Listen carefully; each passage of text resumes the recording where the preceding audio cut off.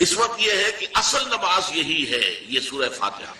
چنانچہ میں آپ کو حدیث سنا رہا ہوں جو صحیح بخاری میں بھی ہے، صحیح مسلم میں بھی ہے، جامع ترمذی میں بھی ہے، سنن ابی داؤد میں بھی ہے، سنن نسائی میں بھی ہے، اور بہت سی کتابوں موجود ہے۔ اور یہ عن عبادہ بن صامت رضی اللہ تعالی عنہ، حضرت عبادہ بن صامت سے ہے مرفوعا کہ حضور نے فرمایا لا صلاۃ لمن لم یقرأ بفاتحۃ الکتاب، اس شخص کی کوئی نماز نہیں ہے جس نے کہ سورہ فاتحہ کی تلاوت نہیں کی۔ اب اس سے ہمارے ہاں ایک بڑا اختلاف پیدا ہوا، وہ نوٹ کر لیجیے۔ ایک رائے یہ ہے آپ اگر علیحدہ نماز پڑھ رہے ہیں تو ظاہر بات ہے کہ آپ کو ہر رکعت میں خود پڑھنی ہی پڑھنی ہے سورہ فاتحہ۔ جب باجماعت پڑھ رہے ہیں اب کیا شکل، امام پڑھ رہا ہے سورہ فاتحہ تو کیا مقتدی کو بھی پڑھنی چاہیے؟ اس حدیث میں جو الفاظ کی شدت ہے اس کی بنا پر رجحان یہ ہوتا ہے کہ یقیناً اس صورت میں ہر شخص کو لا صلاۃ لمن لم یقرأ بفاتحۃ الکتاب، جس نے کہ فاتحہ کی تلاوت نہیں کی، قرات نہیں کی، اس کی کوئی نماز ہی نہیں۔ تو یہ موقف ہے امام شافعی کا، یہی مسلک ہے ہمارے اہل حدیث بھائیوں کا کہ آپ چاہے اکیلے نماز پڑھ رہے ہو، چاہے امام کے پیچھے پڑھ رہے ہو، اور چاہے امام جو ہے وہ جہری رکعت پڑھا رہا ہے اور چاہے سری رکعت پڑھا رہا ہے۔ خاموشی والی رکعت سورہ آپ کو معلوم ہے کہ نماز جو ظہر اور عصر کی ہے تو چاروں رکعتیں جو ہے وہ سری ہے، مغرب کے اندر آ کر دو جہری ہیں ایک سری ہے، عشاء میں آ کر دو جہری ہیں دو سری ہیں، سورج اور نماز فجر کے اندر دونوں جو ہیں وہ جہری ہیں۔ تو چاہے جہری ہو چاہے سری ہو آپ کو بھی لازماً جو مقتدی ہے اسے بھی سورہ فاتحہ پڑھنی ہوگی۔ اب اس کے لیے انہوں نے یہ طریقہ جو ہے تلقین کیا ہے کہ امام تیزی سے نہ پڑھے، رک رک کر پڑھے الحمدللہ رب العالمین، اس کے بعد اتنا وقفہ دے دے کہ جو مقتدی ہے وہ بھی کہہ لے اپنے دل میں یا پڑھ لے الحمدللہ رب العالمین الرحمن الرحیم۔ تو یہ رک رک کر پڑھنا، خاص طور پر اگر آپ کو موقع ہوا ہو کسی اہل حدیث امام کی امامت میں نماز ادا کرنے کا تو آپ دیکھیں گے کہ بڑا فرق ہے۔ ہمارے جو حنفی امام الحمدللہ رب العالمین الرحمن الرحیم مالک یوم الدین ایاک نعبد و ایاک نستعین، 4 آیتیں جو ہے وہ بھی ایک ساتھ میں پڑھ جائیں گی، لیکن یہ کہ عام طور پر جو اہل حدیث حضرات ہیں وہ رک رک کر ٹھہر ٹھہر کر پڑھتے ہیں، ترتیل کے انداز میں پڑھتے ہیں۔ یا پھر دوسری شکل انہوں نے ایک اور کی، یہ آپ سعودی عرب میں جب کبھی نماز پڑھیں گے اور آپ پڑھی ہو آپ نے تو وہاں آپ دیکھیں گے کہ امام جو ہے وہ سورہ فاتحہ پڑھنے کے بعد کوئی 1 منٹ جو ہے خاموش ہے، تاکہ آپ اب جو مقتدی ہیں وہ اس وقفے میں وہ اب سورہ فاتحہ پڑھ لیں، پھر وہ قرات کرے گا، کوئی اور آیات اس نے شامل کرنی ہے تو بعد میں شروع کرے گا، درمیان میں وقفہ ہو۔ لیکن ایک مسلک یہ ہے، اور یہ مسلک جو ہے یہ در حقیقت قرآن مجید کی ایک آیت کے اوپر مبنی ہے۔ سورہ اعراف کے آخر میں فرمایا گیا وَإِذَا قُرِئَ الْقُرْآنُ فَاسْتَمِعُوا لَهُ وَأَنصِتُوا، جب قرآن پڑھا جا رہا ہو تو توجہ سے اسے سنو، خود خاموش رہو۔ اب یہ قرآن مجید کی آیت ہے، اس کے بنا پر ایک رائے یہ ہے کہ آپ امام کے پیچھے سورہ فاتحہ نہیں پڑھیں گے، پڑھا جا رہا ہے سنو، خود خاموش رہو۔ اور اس کے لیے وہ دلیل دیتے ہیں کہ یہ شکل ایک وفد کی سی ہے، جیسے کسی بڑی شخصیت کے پاس اگر آپ کا کوئی وفد جاتا ہے، 8-10 افراد ہیں، ان میں سپوکس مین ایک ہوتا ہے، وہ بات کرتا ہے، باقی سب لوگ موجود رہتے ہیں، سنتے ہیں۔ اسی طریقے سے امام جو ہے وہ گویا کہ آپ کا نمائندہ ہے اور وہ پڑھ رہا ہے الحمدللہ رب العالمین الرحمن الرحیم مالک یوم الدین، تو امام کی قرات ہی آپ کی بھی قرات ہو، گویا کہ اس آیت سے اس حدیث سے اختلاف نہیں ہے، اس کی تعبیر سے اختلاف ہے کہ امام کا قرات کر لینا در حقیقت مقتدیوں کی طرف سے بھی قرات۔ اس میں جو حنفی مسلک ہے وہ بہت سخت ہے، اور وہ یہ ہے کہ چاہے سری نماز ہو اور چاہے جہری ہو، ہر کسی بھی حالت میں مقتدی جو ہے وہ سورہ فاتحہ نہیں پڑھے۔ اب اس میں ذرا سا سوال پیدا ہوتا ہے کہ جہری رکعت میں تو اس آیت کا اطلاق ہو جائے گا کہ وَإِذَا قُرِئَ الْقُرْآنُ فَاسْتَمِعُوا لَهُ وَأَنصِتُوا، سری میں تو اس آیت کا اطلاق نہیں ہوتا۔ بہرحال یہ مسلک ہے امام شافعی کا، ایک انتہا پر ہے، ہر صورت میں سری ہو یا جہری ہو آپ کو پڑھنی ہی پڑھنی ہے، اور امام ابو حنیفہ دوسری انتہا پر ہے کہ چاہے سری ہو چاہے جہری ہو کسی شکل میں نہیں پڑھنا۔ امام مالک کا مسلک ہے درمیان میں، اور میں اس میں کوئی جھجک محسوس نہیں کرتا کہ میں آپ کے سامنے عرض کر دوں کہ میں اس پر عمل پیرا ہوں۔ وہ کیا ہے؟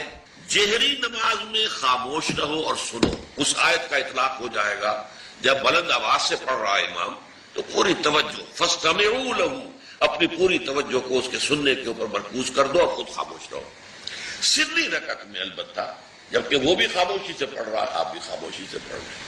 بہرحال ان چیزوں میں میں نے یہ سب کچھ بیان کیا ہے، تو اس سے جو میرا مقصود ہے وہ یہ ہے کہ معلوم ہو جائے کہ اس میں کوئی بڑی بنیادی بات نہیں، نہ یہ کہ جو حنفی ہیں وہ اس حدیث کا انکار کرتے ہوں کہ لا صلاۃ لمن لم یقرأ بفاتحۃ الکتاب، کیسے وہ انکار کریں گے؟ اور نہ ہی کوئی جو حنبلی ہے یا اہل حدیث ہے وہ قرآن کی اس آیت کا اختلاف سے جو ہے وہ اختلاف کر سکتا ہے کہ اذا قرئ القرآن فاستمعوا له وانصتوا، لیکن یہ کہ اس کے پھر اس سے جو احکام کا استنباط ہے اس میں اختلاف ہو جاتا ہے، تو اس کو نہیں سمجھنا چاہیے کہ یہ کوئی بہت بڑی اہمیت والی بات ہے۔ جب اللہ سے دعا کی جاتی ہے تو عام طور پر کہتے ہیں اللہ اپنے حبیب کے صدقے میں ہمیں سیدھی راہ دکھا، اس کا موجودہ دور کے حوالے سے کیا کانسیپٹ ہے؟ جو کام بھی ہم اللہ کے ساتھ کریں وہ ایک عبادت کا جز ہو جاتا ہے، اور اس میں کامل پیروی ہونی چاہیے حضور کی اور صحابہ کی۔ یہ صحابہ سے ثابت نہیں ہے، اس میں یہ ہے کہ ذرا بھی ہم ادھر سے ادھر ہو جائیں گے تو خطرے میں پڑ جائیں گے، مشتبہات میں آ جائیں گے۔ جو چیز صحابہ سے ثابت ہے اس پر اکتفا کیجیے۔ کیا وہ ان پہ کوئی محرومیت تھی کسی شے کی وجہ سے، کم رہ گئے کہیں؟ اصل میں ہم ان چیزوں میں جو کوئی بڑھاتے چلے جاتے ہیں اس سے پھر گمراہی کے، اگر شروع میں وہ گمراہی نہیں بھی ہوتی تو گمراہی کا احتمال اور گمراہی کا امکان ہو جاتا ہے۔ تو کیپ آن دی سیف وے، اور سیف وے یہ ہے کہ جو بھی چیز دعا کے ضمن میں جو بھی دعائیں صحابہ کرتے تھے جس طور سے کرتے تھے، حضور کو میں نے یہاں پہ حضور کے ساتھ صحابہ کو ایڈ کر لیا ہے، کیونکہ یہاں تو حضور کو کہنا کہ حضور کے صدقے، حضور کے واسطے یہ اے اللہ ہمارا یہ کر دے، تو یہ تو گویا کہ اگر ایسی بات صحیح ہوتی تو صحابہ کرتے، حضور تو نہ کرتے کہ میرے صدقے اے اللہ میری بات یہ قبول کر لے، لیکن صحابہ تو کرتے نا۔ لیکن یہ چیزیں ثابت نہیں ہیں، بس یہ دلیل میرے نزدیک اصل ہے۔ اب آپ اس پر عقلی دلیل لائیں، نقلی دلیل لائیں، اس کا کوئی فائدہ نہیں۔ پہلے اصول طے کروا لیجیے، ما انا علیہ واصحابی، دین وہ ہے جو حضور کے طرز عمل سے اور حضور کے صحابہ کے طرز عمل سے ثابت ہو۔ اس اصول کو جتنا پختہ کر لیں گے پھر اس کے حوالے سے بھائی لا ثبوت لا، بس ٹھیک ہے۔ آگے کی بات، کسی بزرگ کی بات، کسی صوفی کی بات، کسی ولی کی بات، کوئی شے دلیل نہیں ہے دین میں۔ کسی دلیل، کسی دینی بات کی مزید وضاحت کے لیے کوئی شے ہو یا سائنس کی بات ہو، اس کا کوئی ثبوت حدیث سے ثابت ہونا ضروری نہیں ہے۔ حضور سائنس پڑھانے نہیں آئے تھے، وہ فلسفے کا مسئلہ ہو، دین کی بات، عقیدے کی بات، عبادت کی بات، اور دعا جو ہے وہ خل عبادت ہے، عبادت کا جوہر ہے، اس میں یہ ہے کہ ما انا علیہ واصحابی، خصوصاً علی افضلہم وخاتم النبیین محمد الامین وعلی آلہ وصحبہ اجمعین۔ اما بعد فقد قال اللہ تبارک وتعالی كما ورد فی اول سورة البقرہ، اعوذ باللہ من الشیطان الرجیم، بسم اللہ الرحمن الرحیم، الف لام میم، ذالک الکتاب لا ریب فیہ ھدی للمتقین الذین یؤمنون بالغیب ویقیمون الصلاة ومما رزقناہم ينفقون والذین یؤمنون بما انزل الیک وما انزل من قبلک وبالآخرۃ هم اولئک علی ھدی من ربہم واولئک هم المفلحون۔ وقال عز وجل كما ورد في نفس السورة ليس البر أن تولوا وجوهكم قبل المشرق والمغرب ولكن البر من آمن بالله واليوم الآخر والملائكة والكتاب والنبيين۔ وقال جل وعلا كما ورد في آخر نفس السورة آمن الرسول بما أنزل إليه من ربه والمؤمنون كل آمن بالله وملائكته وكتبه ورسله لا نفرق بين أحد من رسله وقالوا سمعنا وأطعنا غفرانك ربنا وإليك المصير۔ وقال عز وجل كما ورد في القرآن في سورة التغابن فآمنوا بالله ورسوله والنور الذي أنزلنا والله بما تعملون خبير۔ يوم يجمعكم ليوم الجمع ذلك يوم التغابن ومن يؤمن بالله ويعمل صالحا يكفر عنه سيئاته ويدخله جنات تجري من تحتها الأنهار خالدین فیہا ابدا ذالک الفوز العظیم والذین کفروا وکذبوا بآیاتنا اولئک اصحاب النار خالدین فیہا وبئس المصیر۔ صدق اللہ العظیم۔ رب اشرح لي صدري ويسر لي امري واحلل عقدة من لساني يفقهوا قولي۔ اللهم ربنا الهمنا رشدنا واعذنا من شرور انفسنا، اللهم ارنا الحق حقا وارزقنا اتباعه وارنا الباطل باطلا وارزقنا اجتنابه۔ اللهم صل على عبدك ونبيك ورسولك وحبيبك وخليلك محمد وبارك وسلم وسلم وبارك على جميع الانبياء والمرسلين وعلى ملائكتك المقربين وعلى عبادك الصالحين وعلينا معهم يا ارحم الراحمين۔ معزز حاضرین اور محترم خواتین، آج ہم اللہ کا نام لے کر 4 خطبات عصمت کا سلسلہ شروع کر رہے ہیں۔ آپ دعا کریں کہ اللہ تعالی حالات کو سازگار بنائے رکھے، میری طبیعت بھی اس قابل رہے کہ میں اس پروگرام کو پورا کر سکوں۔ طبیعت میری ٹھیک نہیں ہے، آپ کو میری آواز سے بھی اندازہ ہو رہا ہوگا، تاہم جیسا بھی کچھ ہے اللہ تعالیٰ جو ہے اس میں اس کام کو جاری رکھنے کی توفیق دیے رکھے، یہ اسی کا فضل و کرم ہے۔ یہ جو پہلا خطبہ ہمارا ہے سیرت کے بارے میں، اس کا عنوان ہے فلسفہ دین میں نبوت و رسالت کا مقام۔ یہاں لفظ فلسفہ قابل غور ہے۔ کیا فلسفے کا دین کے ساتھ کوئی تعلق ہے؟ عام طور پر یہ لفظ دین کے حوالے سے استعمال نہیں ہوتا۔ ہم حکمت قرآن، حکمت دین یہ استعمال کرتے ہیں، اور یہی قرآن کی اصطلاح بھی ہے۔ فلسفہ قرآن کی اصطلاح نہیں ہے، حدیث کی اصطلاح نہیں۔ ان دونوں میں جو فرق ہے وہ نوٹ کر لیجئے۔ فلسفہ خالص منطق کی بنیاد پر آگے چلتا ہے، جہاں کوئی چیز منطقی طور پر ثابت نہ ہو وہاں فلسفہ رک جائے، آگے نہیں بڑھے گا۔ جبکہ حکمت جو ہے اس میں جہاں منطق سے بھی سروکار ہے، وہاں فطرت کے اندر جو چیزیں اللہ نے ودیت کی ہوئی ہے، اور جو بدیہیات فطرت کہلاتی ہیں، جن کے لیے کسی دلیل کی ضرورت نہیں ہے، بلکہ دلیل جو ہے ان کے لیے ثابت کی نہیں جا سکتی، ان چیزوں کو بھی ملحوظ رکھتے ہوئے فطرت سلیمہ کی رہنمائی میں عقل اور منطق اپنا سفر طے کرے تو اس کا جو نتیجہ ہوگا اس کا نام حکمت ہے۔ قرآن مجید میں حکیم انسان کی ایک بڑی مثال دی گئی ہے حضرت لقمان کی۔ وَلَقَدْ آتَيْنَا لُقْمَانَ الْحِكْمَةَ أَنِ اشْكُرْ لِلَّهِ۔ ہمارا جو منتخب نصاب ہے اعلیٰ قرآن حکیم کا، اس کا 3 درس اسی پر مشتمل ہے، سورہ لقمان کا 2 رکوع۔ البتہ ایک بات جان لیجئے کہ فلسفے کی بہت سی شاخیں ہیں۔ منطق خود ایک فن ہے اگرچہ، لیکن وہ فلسفے کی شاخ شمار ہے۔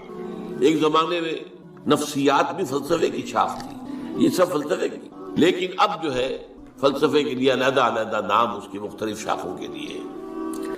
ایک کا نام ہے میٹا فزکس۔ میٹا فزکس جو ہے اس کا براہ راست تعلق جو ہے دین کے ساتھ۔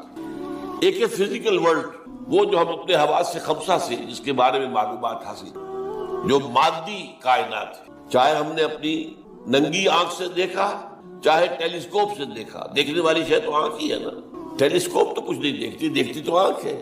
ٹیلیسکوپ نے اس آنکھ کا دائرہ بہت وسیع کر، مائکروسکوپ سے دیکھا تب بھی دیکھا تو آنکھ نے ہے، مائکروسکوپ دیکھنے والی شے نہیں ہے۔ تو چاہے انسان نے اپنے حواس خمسہ سے مجرد جو ایسے کہ وہ ہے ان سے کام لے کر کچھ معلومات حاصل کی، خواہ اس میں جو اضافے ہو گئے، دوربین آ گئی، خوردبین آ گئی وغیرہ وغیرہ، ان سب سے جو بھی چیز ہمیں معلوم ہوتی ہے وہ فزکس کا دائرہ ہے، طبیعیاتی علوم، فزیکل سائنسز۔ میٹا فزکس اس کا نام ہے جہاں یہ کہ حواس جو ہے یہ ساتھ نہیں، حواس کے دائرے سے باہر میٹا فزکس۔ فزکس اور میٹا فزکس یہی فرق ہے۔ اب ظاہر بات ہے، میں نے ابھی جو آیات آپ کو سنائی ہے سورہ بقرہ کی ابتدائی آیات اس اعتبار سے بہت اہم ہے۔ الف لام میم ذالک الکتاب لا ریب فیہ ھدی للمتقین الذین یؤمنون بالغیب۔ قرآن مجید سے استفادے کی شرط اول ہے غیب پر ایمان۔ غیب وہی چیز ہے جو آپ کے حواس کے ذریعے سے آپ کی گرفت میں نہیں آتی، آپ کے علم میں نہیں آتی۔ اب ظاہر بات ہے ذات باری تعالیٰ ہے، ظاہر بات ہمارے دائرہ حواس سے بلکہ عقل سے، وہم سے، خیال سے سب سے ماورا، براؤ براؤ ثم براؤ براؤ۔ فرشتے ہیں انہیں ہم نہیں دیکھ سکتے، اور اسی طریقے وحی ہے وہ کیا ہے ہم نہیں دیکھ سکتے، نہیں جان سکتے۔ یہ سب جو ہے میٹا فزکس کا میدان ہے، اور فزکس کا میدان وہ ہے جو کچھ ہم دیکھ سکتے ہیں، میٹیریل ورلڈ ہے، جو بھی میٹیریل چیزیں ہیں وہ فزکس کی ہیں، اور وہ میٹا فزکس۔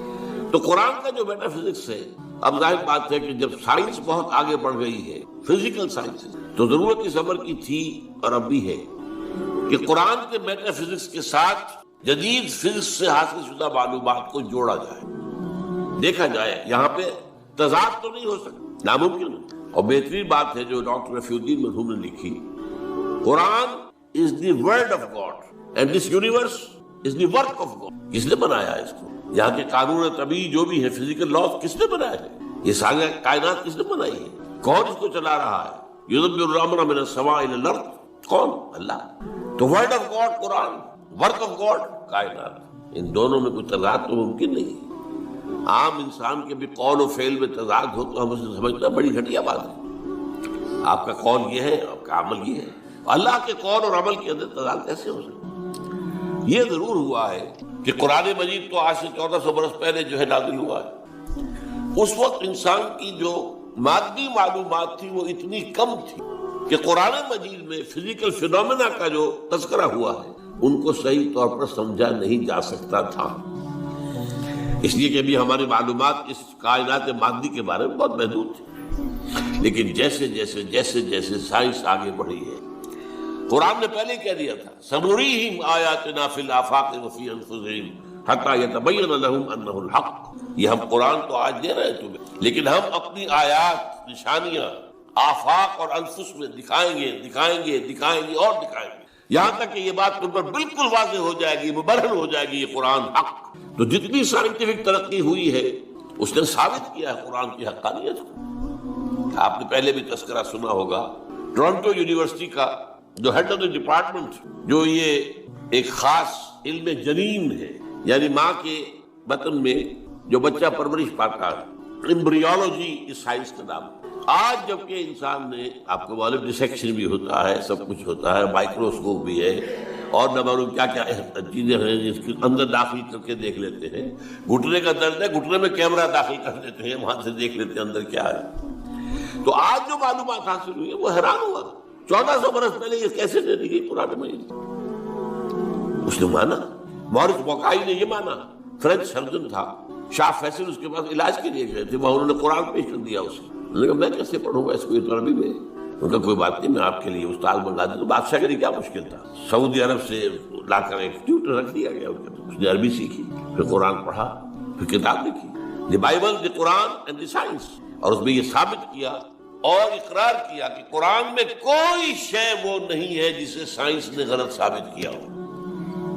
یہ ہو سکتا ہے کہ قرآن میں بہت سی چیزیں ایسی ہیں جن کی حقیقت تک ابھی سائنس کی رسائی نہیں ہوئی، یہ اور بات ہے، لیکن کوئی شے ایسی ثابت ہو گئی ہو کہ قرآن کی یہ بات غلط ثابت ہو گئی، یہ نہیں۔ تو آج اس وقت کی بہت ضرورت ہے اس کی کہ یہ جو دو علوم علیحدہ علیحدہ چل رہے ہیں، یہ دو آنکھیں ہیں، ایک آنکھ یہ دیکھو، کھول آنکھ، نبی دیکھ، فلک دیکھ، فضا دیکھ، زمین اور آسمان کو دیکھو، افلا ينظرون الى الابل كيف خلقت والى السماء كيف رفعت۔ دوسری آنکھ وہی، ان دونوں آنکھوں سے اس سے حقیقت کا علم قرآن سے دو، اس سے کائنات کا علم اپنی حواس خمسہ اور عقل کے ذریعے، اور پھر دیکھو کہ ان دونوں میں کوئی تضاد نہیں۔ یہی ہے در حقیقت میری آج کی اس گفتگو کی بنیاد، کہ نبوت اور رسالت کا مقام و مرتبہ دین کا جو میٹا فزکس ہے، دین کا جو فلسفہ اور حکمت ہے، اس میں کیا ہے۔ تو ہمیں سب سے پہلے یہ جاننا ہوگا، یہاں یہ ذکر کر دوں میں کہ میں نے اس موضوع پر جس پر آج میں یہاں تقریر کر رہا ہوں،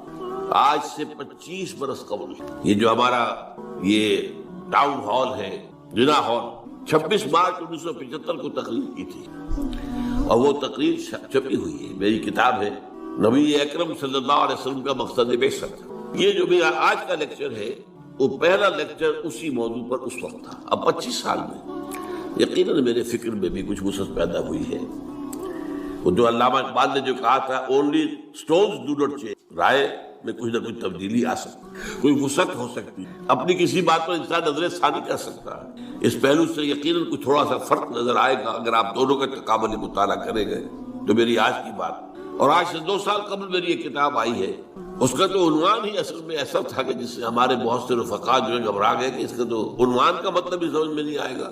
ایجاد و ابداع عالم، ایجاد و ابداع عالم سے لے کر عالمی نظام خلافت تک، جب کائنات کا آغاز ہوا ہے اس وقت سے لے کر اور جو اختتام ہونا ہے اس دنیا کا خلافت علی منہاج النبوہ عالمی سطح پر، اس کے درمیان سارے لنکس جو ہیں وہ سائنس اور قرآن دونوں کے حوالے سے اور دونوں کو جوڑتے ہوئے میں نے اس کے اندر پیش کیے۔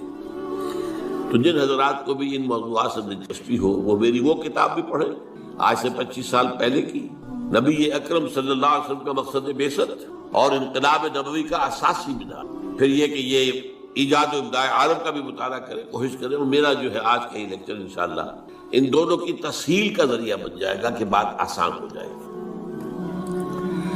دیکھیے قرآنک میٹا فزکس کیا ہے، ہم اس کو ایمان سے تعبیر کرتے ہیں۔ میں نے یہ چند آیات آپ کو سنائی، ایمانیات کیا کیا ہیں؟ اللہ پر ایمان، آخرت پر ایمان، یوم آخر پر ایمان، وحی پر ایمان، فرشتوں پر ایمان، کتابوں پر ایمان، رسولوں پر ایمان، حضور کی ختم نبوت و رسالت پر ایمان، قرآن کے آخری اللہ کا کلام ہونے اور اس کے محفوظ ہونے پر ایمان، بعث بعد الموت پر، جنت اور دوزخ پر، حساب کتاب پر، وزن اعمال پر ایمان۔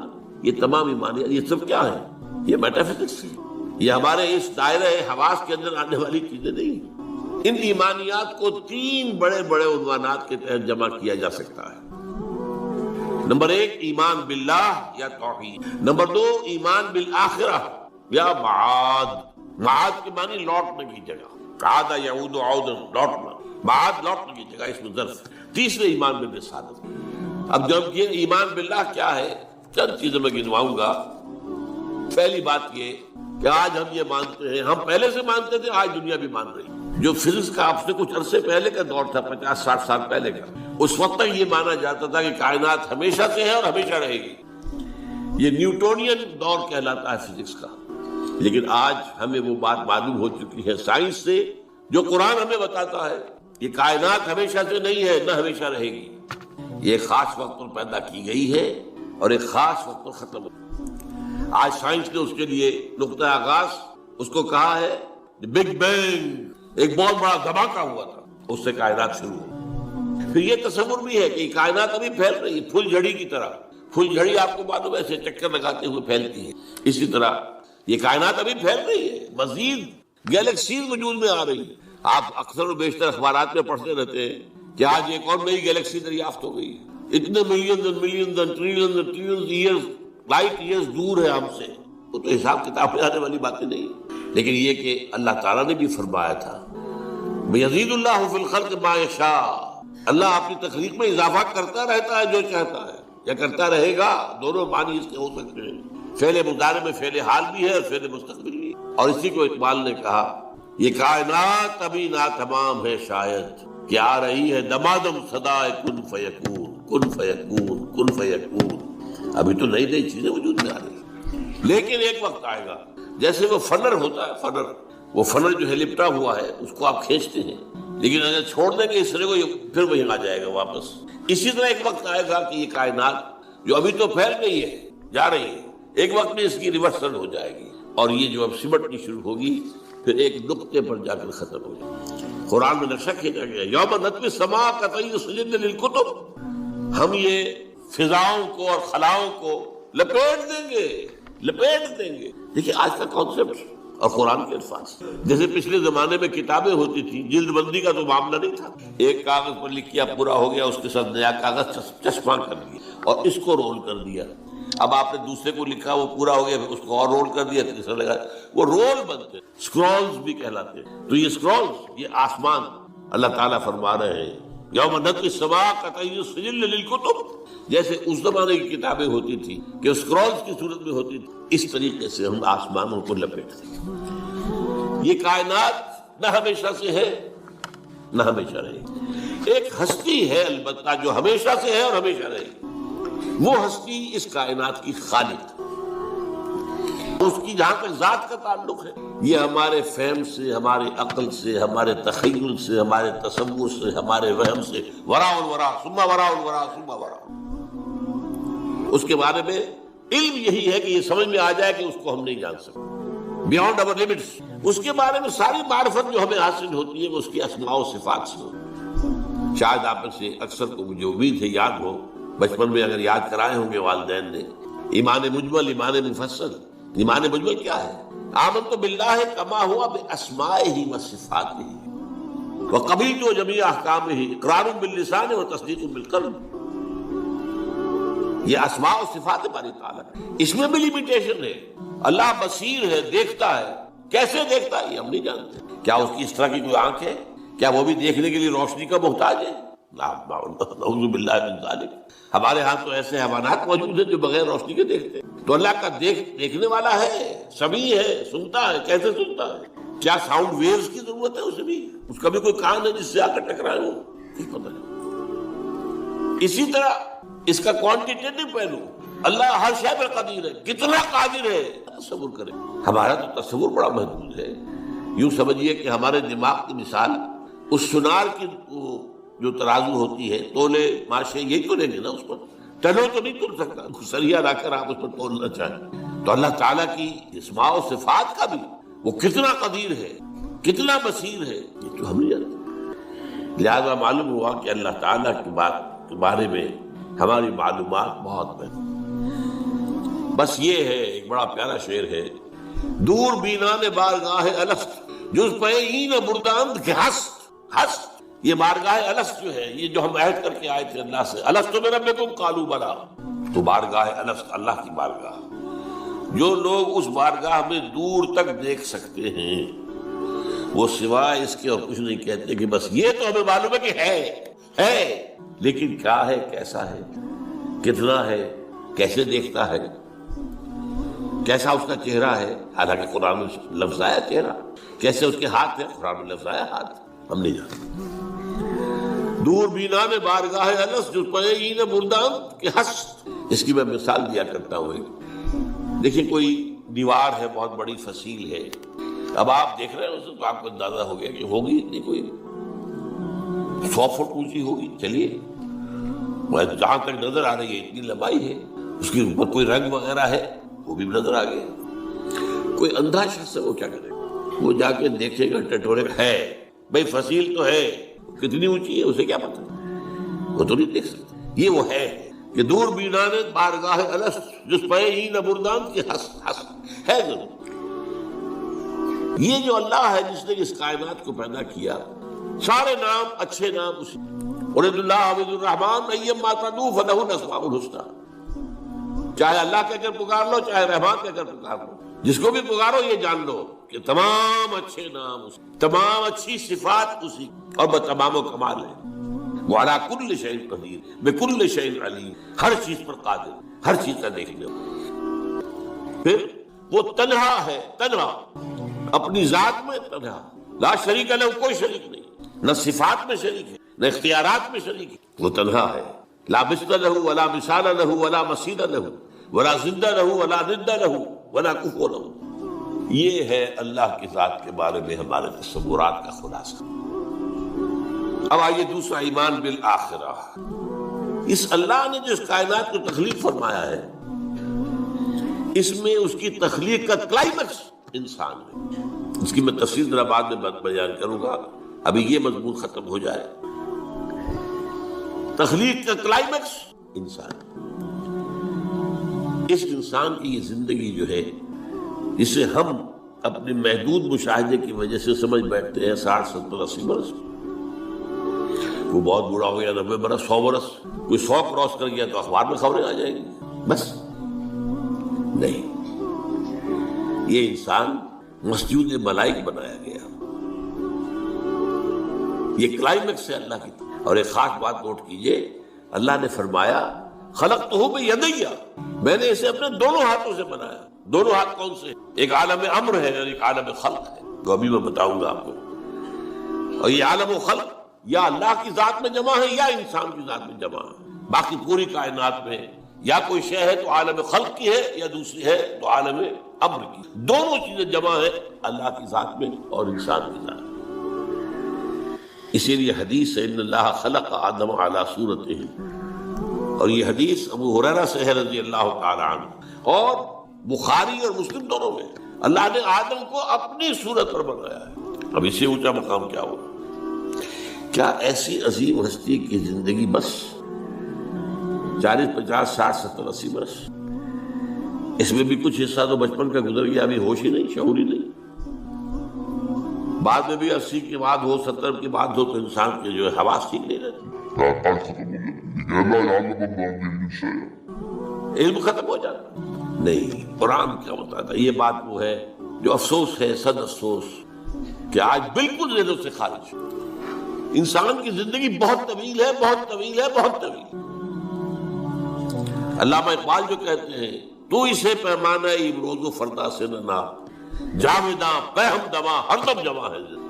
کیا یہ ایسے ہی بڑھ کھانکتی ہے انہوں نے؟ نہیں، یہ قرآن کا مطالعہ ہے. 5 زندگیاں ہیں انسان کی، جن میں سے 2 ان میں سے ڈورمنٹ ہے، سوتے ہوئے گزری، اور 3 ایکٹیو ہے. سب سے پہلے انسان کو عالم ارواح میں پیدا کیا گیا، صرف روحیں تھی، جسم نہیں تھا، اور یہی عالم امر روح. یسألونک عن الروح قل الروح من امر ربی. یہ آپ سے روح کے بارے میں پوچھتے ہیں، فرما دیجئے یہ روح میرے رب کا امر ہے، امر. اس کے بعد اسی امر کے دوران، اسی روحانی زندگی کے دوران عہد لیا گیا، الست بربکم قالوا بلی. ساری ارواح آدم سے لے کر آخری انسان جو دنیا میں آئے گا، سب کی ارواح موجود تھی.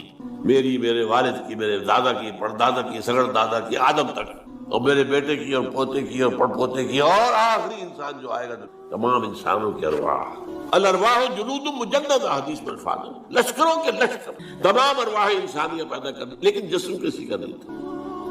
ان سے عہد لیا گیا، الست بربکم قالوا بلی.